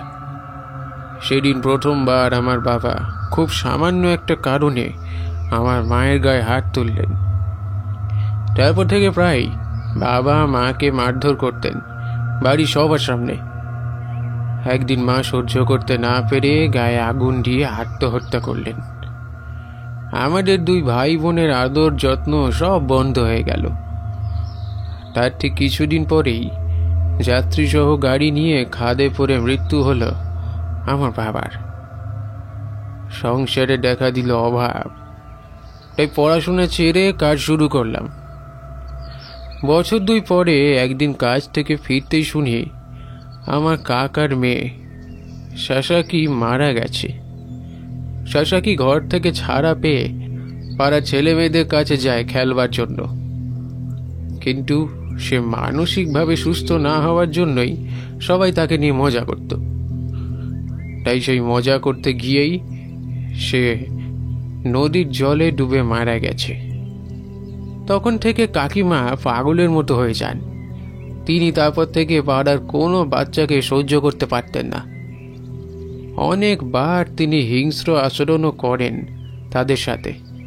তাই পাড়ার লোক আমাদের এক ঘরে করে দেয়। তারপর কিছুদিনের জন্য আমার কাকিমা নিজের দেশে ফিরে যান। মাস তিনেক পর তিনি ফিরে আসেন এই জাপানিজ ডলটাকে নিয়ে। দেশ থেকে ফিরে তার রূপ আরও ভয়ঙ্কর। সারাদিন ঘরে নিজেকে বন্দি রেখে তন্ত্র সাধনা করতেন। আর এই কাজে ওনার সাথী ছিল শুধু ওই পুতুলটা। আপনারা দেখেই বুঝেছেন এই পুতুল সম্পূর্ণ জাপানি ধাঁচে বানানো। হ্যাঁ, এই পুতুলটা জাপান থেকে হিনাটা সাকুরা নিয়ে আসা। পুতুলটা দেখতে খুবই আকর্ষণীয় হওয়ায় আমার বোন কাঞ্চি কাকিমার অনুপস্থিতিতে একবার পুতুলটার সাথে কিছুক্ষণ খেলে। কান্তি রোজ জঙ্গলে কাঠ আনতে যেত, কিন্তু একদিন সে জঙ্গলে কিছু একটা দেখে খুব ভয় পেয়ে যায়। বাড়িতে এসে জানালো, ওর কথা কেউ বিশ্বাস করেনি সেদিন। কিন্তু পরদিন সন্ধ্যে পেরিয়ে রাত হয়ে গেল, আমার বোনটা আর ফিরল না। অনেক খোঁজাখুঁজির পরও পুলিশও কোনো খোঁজ দিতে পারল না, আর আমার বোনটাকে পাওয়া গেল না। এই কথা বলতে বলতে তাসির চোখ জলে ভিজে এলো। নিজেকে সামলে নিয়ে সে আবার বলল, তারপর থেকে পাড়ার একটা একটা করে বাচ্চা নিখোঁজ হয়ে যেতে লাগলো। ও সবার বয়স ওই 10 কি 11 হবে। একদিন রাতের বেলা আমি যখন নিজের ঘরে শুয়ে আছি, হঠাৎই আমার ঘরের দরজায় টোকার শব্দ। বুকে সাহস এনে দরজা খুলতেই দেখি আমার কাকা। তিনি আমার ঘরে ঢুকে দরজা লাগিয়ে দিলেন। কিছু হয়েছে কাকা? ইতনি রাত কো তুমি এখানে? চাষি বাবা, যদি তুই প্রাণে বাঁচতে চাস তো আজই পালা, এই ঘর ছেড়ে পালা বাবা। এসব তুমি কি বলছো কাকা? হ্যাঁ হ্যাঁ, ঠিক বলছি। এই গ্রামের লোকে মিথ্যে বলতো না। তোর কাকি প্রথম থেকে কিছু তন্ত্রবিদ্যা জানতো, কিন্তু সেগুলো সেই রকম ভয়ানক বা মানুষের ক্ষতি সাধনের মতো ছিল না। কিন্তু সাসাক্ষীর মৃত্যুর পর সে প্রতিশোধের তাড়নায় বিভৎস হত্যালীলায় মেতেছে। সাসাক্ষীর মৃত্যুর পর সে কিছুদিনের জন্য নিজের দেশে যখন গিয়েছিল, সে সেখান থেকে নিয়ে এসেছে ভয়ানক সব জাপানি তন্ত্রবিদ্যার সম্ভার, আর তার সাথে এনেছে তন্ত্রক্রিয়ার জন্য জাপানি দলটাকে। এখন সে সারাদিন নিজের ঘরের মধ্যে সেসব বিদ্যারই অধ্যয়ন ও প্রয়োগ করে এই জাপানি দলের ওপরে। তোর বোন কাঞ্চি সহ পাড়ার আরো বাচ্চাদের নিখোঁজ হবার পেছনে দায়ী ওই মহিলা ও তার পুতুল। আমার কাছে তার যুক্তিসম্মত কোনো প্রমাণ নেই, আর পুলিশ আমার মুখের কথা বিশ্বাস তো করবে না। তাই তুই বাঁচতে চাইলে শহর থেকে চলে যা তাসি, চলে যা। আর হ্যাঁ, একটা কথা তোকে বলে রাখি, এই পুতুলের কিন্তু বিরাট শক্তি। ওর মধ্যে যে জাপানি শক্তিশালী অশুভ সত্তা জাগিয়ে তোলা হয়েছে, তার নাম হলো হাচি সাকুসামা। সে নিজের শিকারকে ঠিক খুঁজে নিতে পারে। তার শিকার হলো বিশেষ করে বাচ্চা মেয়ে, যাদের বয়স 10 কি 12 বছরের মধ্যে। সে এখানে আছে কিনা বা তার আসার সংকেত হলো যাকে সে নিজের শিকার বলে মনোনীত করে, সে সহ তার আশেপাশের বা ঘরে রাতে ঘুমোতে যাওয়ার সময় একটা পাত্রে লবণ রাখতে হবে। যদি সেই লবণের রং সাদা থেকে কালোতে পরিণত হয়, তাহলে বুঝতে হবে যে তার সেখানে আগমন ঘটেছে, অর্থাৎ সে এসে গেছে।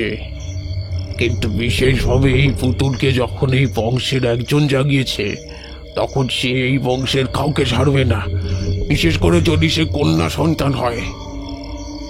তার থেকে মুক্তির একমাত্র উপায় হলো এই পুতুলকে যদি কেউ স্বেচ্ছায় নিয়ে নেয় বা খিনিয়ে নেয়, তখন ওই হাচি সাকুমাশা তাদের কাছে চলে যাবে।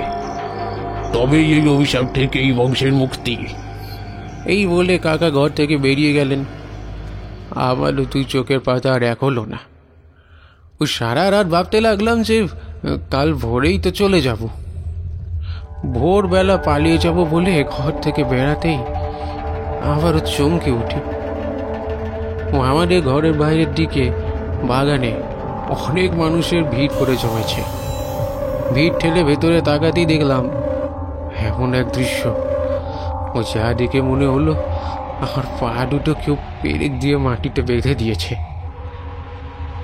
বাগানের ঠিক মাঝখানে পড়ে রয়েছে আমার কাকা রাত খাওয়া মৃতদেহ। ও চোখ দুটো সামনের দিকে বেরিয়ে এসেছে, যেন কিছু দেখে খুব ভয় পেয়েছে। সারা শরীরে মাংস যেন কেউ খুবলে খুবলে তুলে নিয়েছে। কাকার শেষকৃত্য সেরে আমি আর 1 মিনিট থাকিনি ওই শহরে, পালিয়ে এসেছি। গ্রামের লোকের কাছে খবর পেয়েছিলাম কাকার মৃত্যুর পরে ওই মহিলা সম্পূর্ণ উন্মাদ হয়ে গেছেন। তার কিছুদিন পরে ওই মহিলা আত্মহত্যা করেন। এ খবর পেয়েও আমি সেখানে যাইনি। গ্রামের লোকেরাই সব ব্যবস্থা করেন এবং আমাদের বাড়িটাকে স্থানীয় মঠের বৌদ্ধ সন্ন্যাসীদের দিয়ে মন্ত্র দ্বারা গৃহবন্ধন করিয়ে দেন, যাতে ওই বাড়ির কোনো অশুভ জিনিস বাইরে না আসতে পারে। তারপর শহরে আমি তারাকে নিয়ে সংসার শুরু করি। সব ঠিকঠাক চলছিল। আবার সমস্যা দেখা দিল আমার মেয়ে সোনাম জন্মানোর পর থেকে। কাকার কথাই যেন সত্যি হলো। ওই মহিলার অভিশাপ আমাদের পিছু ছাড়েনি। সোনাম বড় হতে আমি লক্ষ্য করলাম ও মানসিকভাবে সুস্থ নয়। কিছুদিন পর ওর কথা বলাও বন্ধ হয়ে গেল। শরীরের রং ফ্যাকাশে হয়ে গেল। ভয়ঙ্কর অ্যানিমিয়া, যেন শরীরের সমস্ত রক্ত কেউ শুষে নিয়েছে। দিন দিন মেয়েটা আরো শুকিয়ে যাচ্ছে। ডাক্তার জানালেন ওকে বাঁচানোর সম্ভাবনা কমে আসছে দিন দিন। তখন আমার মনে পড়ে গেল আমার কাকার কথা। আগামী মাসে আমার মেয়ের বয়স হবে 10। একে হারানোর ভয় ও মাথায় কাজ করা বন্ধ করে দিল। তারপর আমার মাথায় এলো ওই পুতুলটার কথা। মনে পড়তে আর দেরি করিনি। গভীর রাতে অন্ধকারে ফিরে এলাম গ্রামে। ঘুমন্ত গ্রামবাসীর অজান্তে নিজের জীবন বাজি রেখে বের করে আনি পুতুলটাকে। তারপর আমার বন্ধু নর্বকে অনুরোধ করে কিছু টাকার বিনিময়ে বিক্রি করে ফেলি।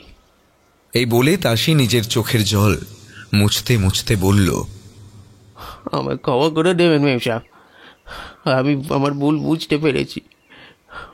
আমি একজন সাহেব বাবা মেম সাহেব। সেখান থেকে এই কাজ আমি করে ফেলেছি। এ কথা দয়া করে বিকাশ ছেত্রীকে বলবেন না মেম সাহেব। আমি গরিব আদমি।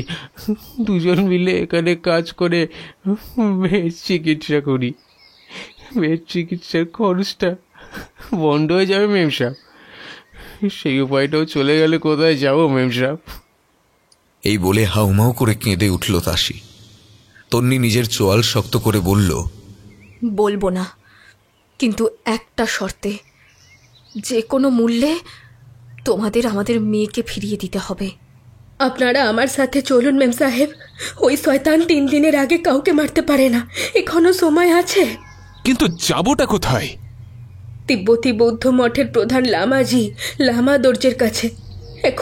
এখন একমাত্র উনি বাঁচাতে পারেন। হিমেল কিছু একটা বলতে গেল, কিন্তু তার আগেই তন্নি বলল, আমরা যাব। তারা, তুমি যাওয়ার ব্যবস্থা করো। এরপরেই ওরা বেরিয়ে গেল।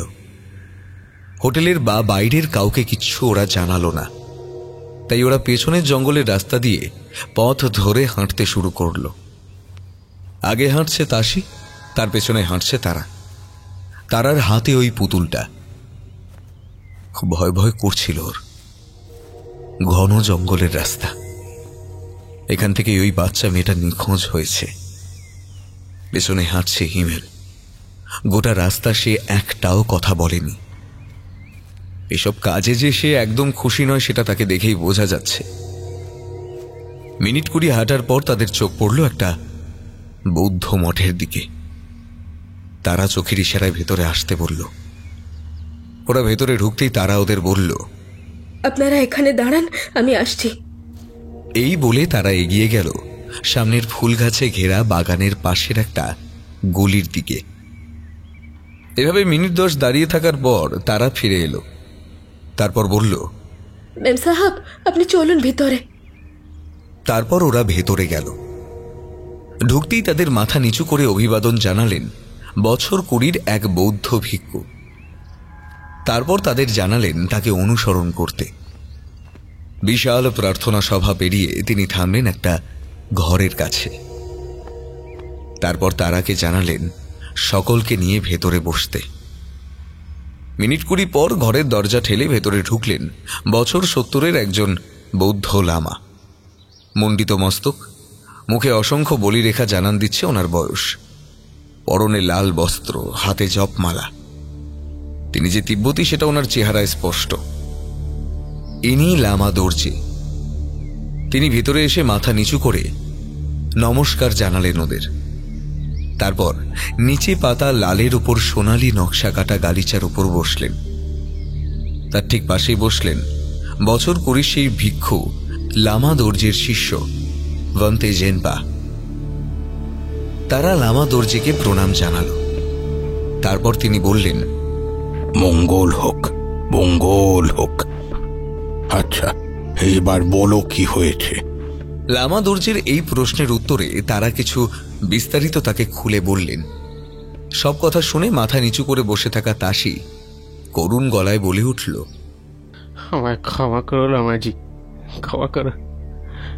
নিজের সন্তানের দিকে চেয়ে এটা আমি করতে বাধ্য হই। এমন সময় লামা দর্জিকে উদ্দেশ্য করে কান্নায় ভেঙে পড়া তন্নি বলে ওঠে, আপনার দুটি পায়ে পড়ি, আমার মেয়েকে বাঁচান। লামা তার ছোট চোখগুলো দিয়ে একবার ভালো করে দেখে নিল তন্নিকে। ভীষণ করুণা হলো তার। তারপর তিনি বললেন, পুতুলটিকে সঙ্গে এনেছেন? হ্যাঁ এনেছি। এই বলে পুতুলটা লামা দর্জির হাতে তুলে দিলেন। লামা দর্জি সেই পুতুলটাকে ভালো করে পর্যবেক্ষণ করে তার পাশে বসে থাকা জেনপাকে কিছু একটা নিয়ে আসার জন্য বললেন। জেনপা ওনার কথা মতন সত্তর গিয়ে সেটা নিয়ে এলেন। ওরা দেখল জেনপা যেটা নিয়ে এলেন সেটা হলো একটা পাত্রে ভর্তি করা লবণ। লামা দর্জি সেই পাত্রটি সামনে রাখা পুতুলটার পাশে রাখলেন। তারপর চোখ বন্ধ করে বিড়বিড় করে মন্ত্র পড়া শুরু করলেন। তিনি চোখ খুলতেই তার উনি সহ ওনার সঙ্গে সঙ্গে অবাক হয়ে গেল সেখানে উপস্থিত সকলেই। তারা সকলে যা দেখল সেটা হলো ওই জাপানি ডলটার পাশে রাখা লবণের পাত্রের সমস্ত লবণের রং সাদা থেকে কালো হয়ে গেছে। এই দৃশ্য দেখে বিস্ফারিত চোখে সবিস্ময়ে ভিক্ষু জেনপা তাকালেন লামা দর্জির দিকে। ভিক্ষু জেনপা লামা দর্জির দিকে তাকাতেই দেখলেন উনিও তাকিয়ে আছেন ভিক্ষু জেনপার দিকে। তারপর লামা দর্জি ভিক্ষু জেনপাকে উদ্দেশ্য করে বললেন, দেখলে তো জেনপা, ঠিক কি বিপদের সংকেতের কথা আমি তোমাকে বলেছিলাম। ভিক্ষু জেনপা মাথা নেড়ে বললেন, কিন্তু মহামান্য রিনপোচে, এই সংকেতের মানেটা কি?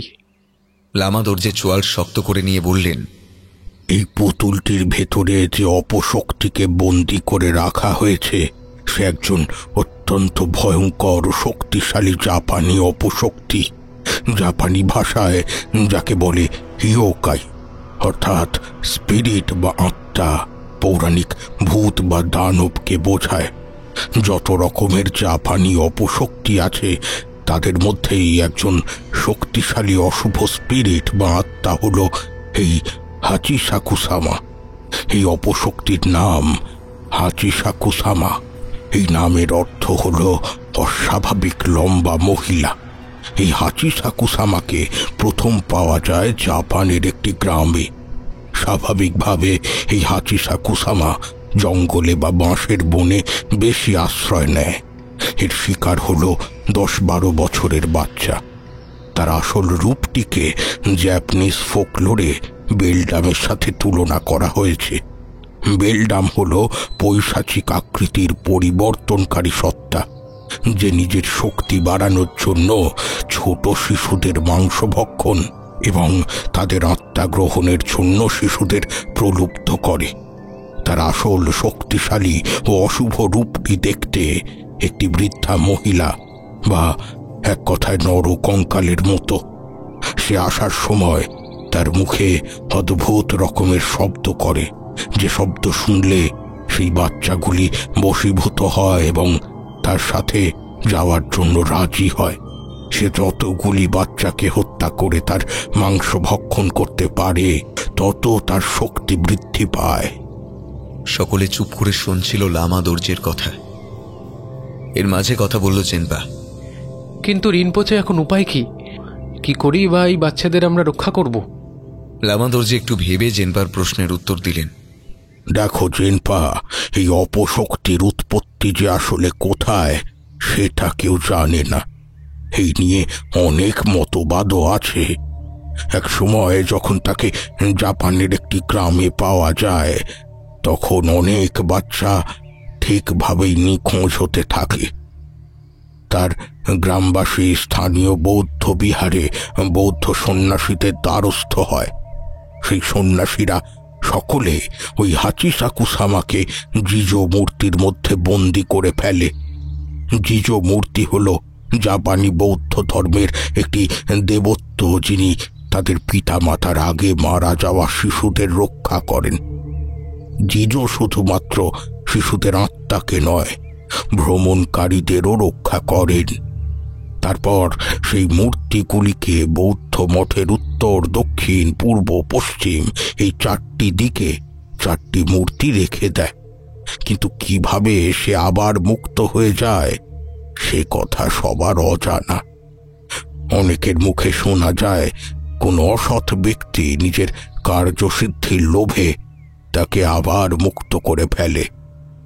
কিন্তু এই হাচিসাকুসামা 3 দিনের আগে তার কোনো শিকারকে হত্যা করতে পারে না। তাই আমাদের হাতে এখনো সময় আছে, যা করার আজ রাতেই করতে হবে। তন্নি এ কথা শুনে উতলা কণ্ঠে বলল, কি করতে হবে লামাজি? লামা দর্জে তারার দিকে তাকিয়ে বললেন, আজ অমাবস্যার রাত, যা করার আজই করতে হবে। আর এই কার্য সম্পূর্ণ করার জন্য আমার তারার মেয়েকে প্রয়োজন। এ কথা শুনে তারা অবাক চোখে তাকালো লামা দর্জের দিকে। তারপর বলল, এ আপনি কি বলছেন লামাজি? আমার বাচ্চি? হ্যাঁ তারা, তোমার মেয়ে। তোমার ভয় পাওয়ার কোনো কারণ নেই। আমি তোমাকে কথা দিচ্ছি, তোমার মেয়ের কোনো ক্ষতি আমি হতে দেব না। কিন্তু এই অসহায় মায়ের কোলে তার বাচ্চাকে ফিরিয়ে দিতে তোমার এইটুকু সাহায্য যে খুবই দরকার। তন্নির কান্না ভেজা মুখটার দিকে তাকিয়ে তারা আর না করতে পারল না। সে রাজি হয়ে গেল। বিকেল গড়িয়ে সন্ধে নেমে এলো। তন্নি, হিমেল ও তারা সেখানেই ছিল। তাসি তার মেয়েকে নিয়ে এলো সেখানে। তারা চোখের কোণের জল মুছতে মুছতে মেয়েটার মাথায় হাত বুলিয়ে দিল একবার। লামা দর্জির নির্দেশ করা জায়গায় তাকে নিয়ে যেতে হবে এবার। এই ক্রিয়ার জন্য দরকারি সমস্ত উপাদান নিজের সঙ্গে নিলেন ভিক্ষু জেনপা, এবং তন্নিকে বলা হলো তার সঙ্গে সেই পুতুলটিকে নেওয়ার জন্য। হিমেলের অনিচ্ছা থাকা সত্ত্বেও তন্নির জেদে তাকে যাওয়ার জন্য রাজি হতে হয়েছে। রাত ঠিক 11:30। মিনিট 20 হাঁটার পর তারা সকলে পৌঁছে গেল বৌদ্ধ মঠের পেছনে ঘন জঙ্গলটায়। জুলাই মাসের প্রথম সপ্তাহ। বৃষ্টির প্রকোপ ভালোই বেড়েছে এখানে। এক প্রকার ঝিরঝিরে বৃষ্টি টানা চলছে সেই সন্ধে থেকে। জঙ্গলের মাঝের রাস্তাটায়, যেখান দিয়ে জঙ্গলের আরো গভীরে যাওয়া যায়, ঠিক সেখানে এগিয়ে গেলেন লামা দর্জে। তারপর জেনপাকে তিনি বললেন, জেনপা, আমাদের সাথে নিয়ে আসা সমস্ত সামগ্রী এখানে নিয়ে এসো। জেনপা ওনার কথা মতন তাদের সঙ্গে নিয়ে আসা সমস্ত কিছু সেখানে নিয়ে গেলেন। তারপর সেই ঝুলি থেকে গুঁড়ো গুঁড়ো কিছু রঙিন জিনিস বের করে এনে একটা অদ্ভুত নকশা এঁকে একটি গণ্ডি বানালেন। তারপর তারাকে তিনি বললেন, তারা, তোমার মেয়েকে এই গণ্ডির মধ্যে শুইয়ে দাও। তারা চোখ ভরা জল নিয়ে ঘুমন্ত মেয়েকে কাঁপা কাঁপা হাতে শুইয়ে দিল সেই রঙিন নকশার মাঝে। হাত দিয়ে তার চোখ মোছার দৃশ্য দেখতে পেয়ে লামা দর্জে তাকে জানালেন, কোনো ভয় নেই, তোমার মেয়ে এই গণ্ডির মধ্যে একদম সুরক্ষিত। ওই শয়তান তার ধারে কাছেও আসতে পারবে না। এবার আমাদের কাজ শুরু করতে হবে। এই বলে তিনি সোনামকে সেখানেই ছেড়ে বাকি সকলকে নিয়ে সেই থেকে কিছুটা দূরে গাছে ঘেরা ঝোপের মাঝে লুকিয়ে বসতে বললেন। তারপর তিনি সামনের ফাঁকা জায়গায় জেনপাকে বললেন কাঠগুলো সাজিয়ে রাখার জন্য। রাত গড়িয়ে সময় পৌঁছল রাত 12টায়। লামা দর্জে সেখানে উপস্থিত সকলের উদ্দেশ্যে জানালেন, এবার সে আসবে, তাই কেউ কোনো প্রকার শব্দ করবেন না। সে কারোর উপস্থিতি টের পেলে পরিস্থিতি আরো ভয়ঙ্কর হতে পারে। তারপর তিনি তার সামনে একটি বড় পাত্রের লবণ রাখলেন এবং সকলকে শান্তভাবে বসতে বলে তিনি চোখ বুজলেন। ঠিক 20 মিনিট পর জঙ্গলের ভেতর থেকে হাড় হিম করা উচ্চস্বরে ডেকে উঠল বুনো শিয়ালের দল। তার সঙ্গে একটি আওয়াজ, উচ্চ মেরি ও গম্ভীর পুরুষালী কণ্ঠ মিশ্রিত একটি কণ্ঠস্বর, যেখানে বারবার শুধু একটি শব্দেরই পুনরাবৃত্তি ঘটে চলেছে।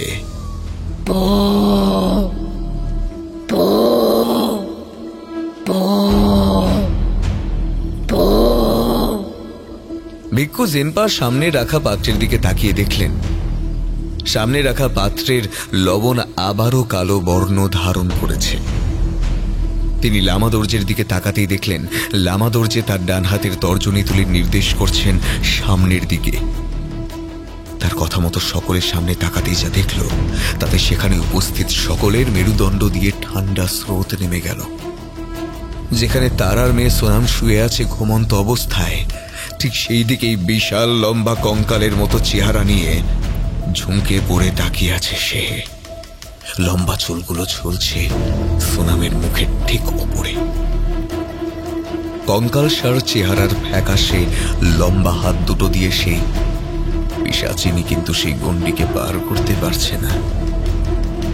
এই দৃশ্য দেখে তারা নিজেকে সামলাতে না পেরে নিজের মেয়ের নাম ধরে উচ্চস্বরে চিৎকার করে উঠে জ্ঞান হারিয়ে লুটিয়ে পড়ল মাটিতে। সোনাম, সোনাম, সোনাম। সে চিৎকার ওই পিশাচিনীর কানে পৌঁছতেই সে ফিরে তাকালো তাদের দিকে। সে দৃশ্য দেখে লামা দর্জে চিৎকার করে বলে উঠলেন, এখান থেকে এক পাও কেউ নড়বেন না। এখন যে এখান থেকে বেরোবেন তাকেই ওই পিশাচিনী নিজের শিকার বানিয়ে ফেলবে। জেনপা, তুমি ওই প্রস্তুত করে রাখা কাঠে এক্ষুনি অগ্নিসংযোগ করো, এক্ষুনি। জেনপা যখন ওনার কথা মতো আগুন জ্বালাতে যাবেন ঠিক তখনই দেখলেন সেই পিশাচিনী এগিয়ে আসছে তাদের দিকেই। লামা দর্জে চিৎকার করে বলে উঠলেন, তাড়াতাড়ি করো জেনপা, সে আসছে, তাড়াতাড়ি করো। সে আরো এগিয়ে আসতে লাগলো। ততক্ষণে জেনপা আগুন জেলে ফেলেছেন। তার সঙ্গে শুরু হয়েছে লামা দর্জের অজানা তিব্বতী ভাষায় মন্ত্রোচ্চারণ।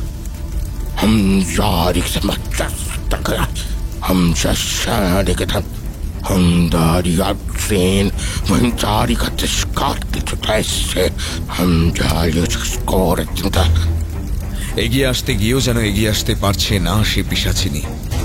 তার মুখের সেই আওয়াজ পরিণত হলো বিকট চিৎকারে।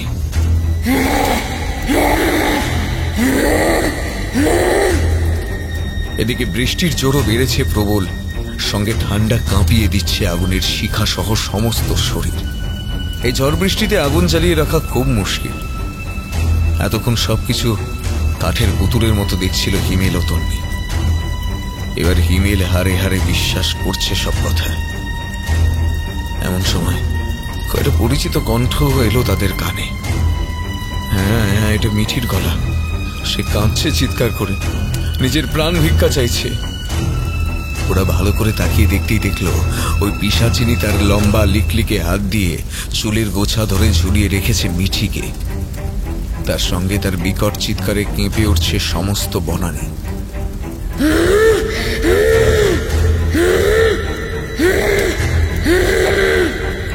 তন্নি সেই দৃশ্য দেখে ছুটে যেতে চাইল মেয়ের কাছে। সে চিৎকার করে বলে উঠল, মিঠি! চোখের সামনে সবকিছু অন্ধকার হয়ে আসছে ওর।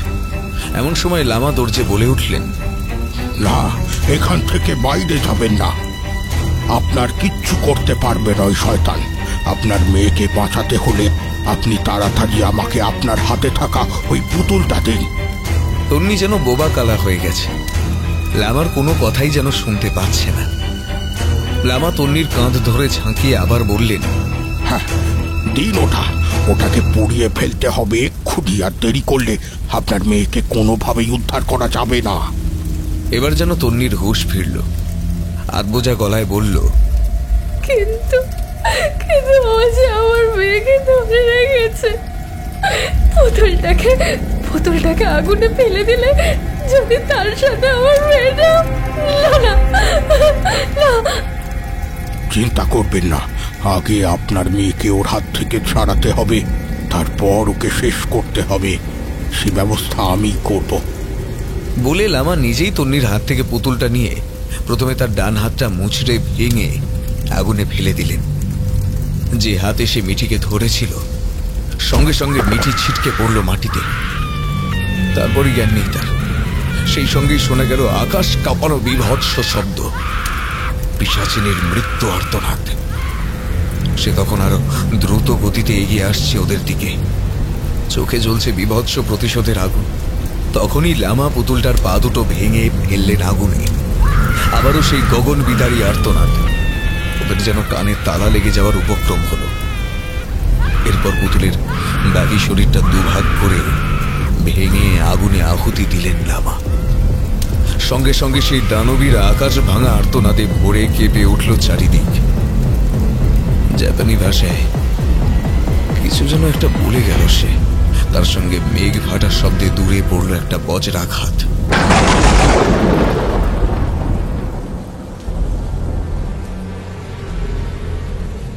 আকাশের বুক চিরে বেরিয়ে আসা নীলছে আভা ঝলসে দিল সকলের চোখ।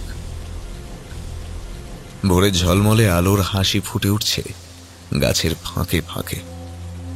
পাখিরা আবার তাদের মিষ্টি গান ধরেছে গাছের ডালে ডালে।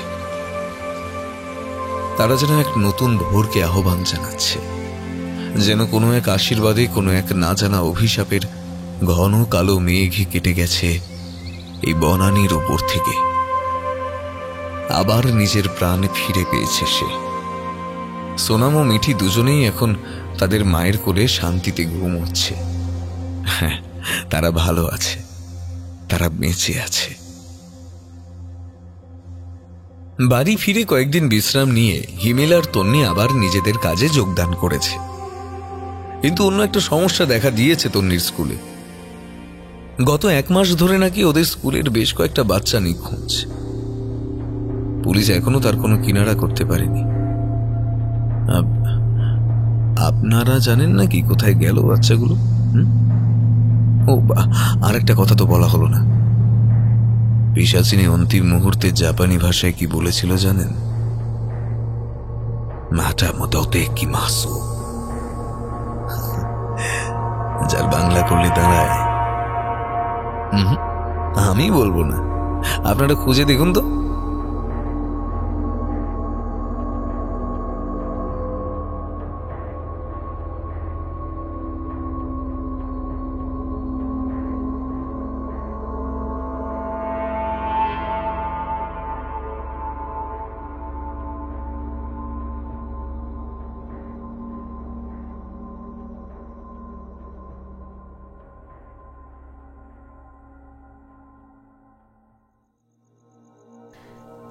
এতক্ষণ শুনছিলেন দেবপ্রিয়া গোস্বামীর লেখা গল্প দ্য জাপানিজ ডল।